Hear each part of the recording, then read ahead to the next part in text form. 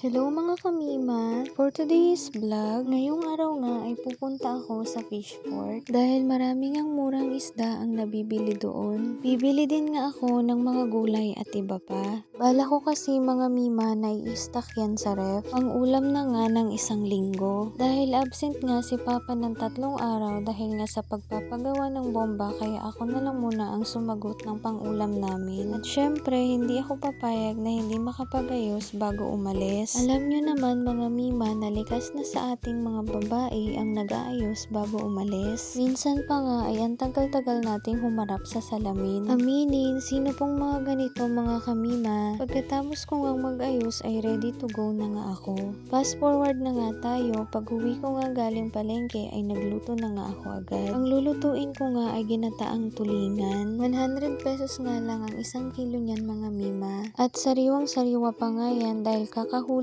nga lang yan nila. O diba, sa halagang 100 pesos ay sulit na, may ulam ka na. Matagal-tagal na din kasi bago ako ulit nakakain ito. Isa nga ito sa paborito ko din na ulam. Hinihintay ko na nga lang na maluto ito at masarap nga ito dahil magata nga siya. Nakalimutan ko nga bumili ng sili kaya hindi ko nga yan nalagyan. Sinunod ko na nga ang pag-isa ulit ng bawang at sibuyas. Magluluto din kasi ako ng Mickey. Ginisa ko na nga yung gulay at pakukuluan ko lang yan ng ilang minuto. Hinalo-halo ko na nga lang muna yan dyan para pantay nga ang pagkaluto sa gulay. Nung medyo luto na nga yung gulay, nilagay ko na yung oyster sauce. 2 na nga ang nilagay ko para mas malasa nga. After that nga ay hinalo-halo ko na lang ulit muna. Nung luto na nga yung gulay ay nilagay ko na agad yung Mickey. 1 Mickey nga lang ang nilagay ko dahil hindi naman namin yan mauubos. Hinalo-halo ko na nga lang ulit para nga magpantay yung lasa ng Mickey at gulay. Nilagyan ko na nga lang yan ng konting sabaw para naman hindi matuyuan. Gusto rin kasi ng mga kasama ko dito sa bahay na may konting sabaw kapag ako nga ang nagluluto niyan. O, diba mga mima, pwede na talaga mag-asawa yarn. Charis!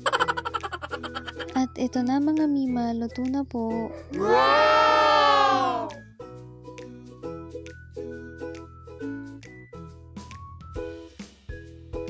Pagkatapos nga namin kumain, naabutan ko tong kapatid ko at pamangkin ko na naglalaro na naman ng gagamba. Nung hapon nga pagising ko, nakita ko nga itong mama ko na nagwawalis na dito sa labas. Sabi ko nga himala at hindi siya nakatutok ngayon sa cellphone. 5 PM na pala ng mga oras na yan. At ayan din nga si Papa, inaasikaso niya yung mga tanim niyang gulay. Opo mga mima, may mga tanim po si Papa na mga gulay. Bukod sa mga alaga niyang manok, pinagkakaabalahan niya din yung pagtatanim ng gulay para naman sa oras ng pangangailangan ay may pagkukunan. Tingnan nyo naman itong paligid namin mga mima. Ang ganda lang pagmasdan, bukod sa maraming puno ay palubog na nga yung araw dito. Masasabi mo nga na ang sarap talagang mamuhay sa probinsya. Kaya hindi ko nga ipagpapalit ang mamuhay sa ganito. Nakapaghugas na nga ako ng konting hugasan at nakapagsaing na din. Nung natapos ko na nga yung gawain ko, nakita ko nga si mama na nagpapahinga na. Si Papa naman ay may kausap nga ata dito. Yun lang muna mga mima. Thank you for watching.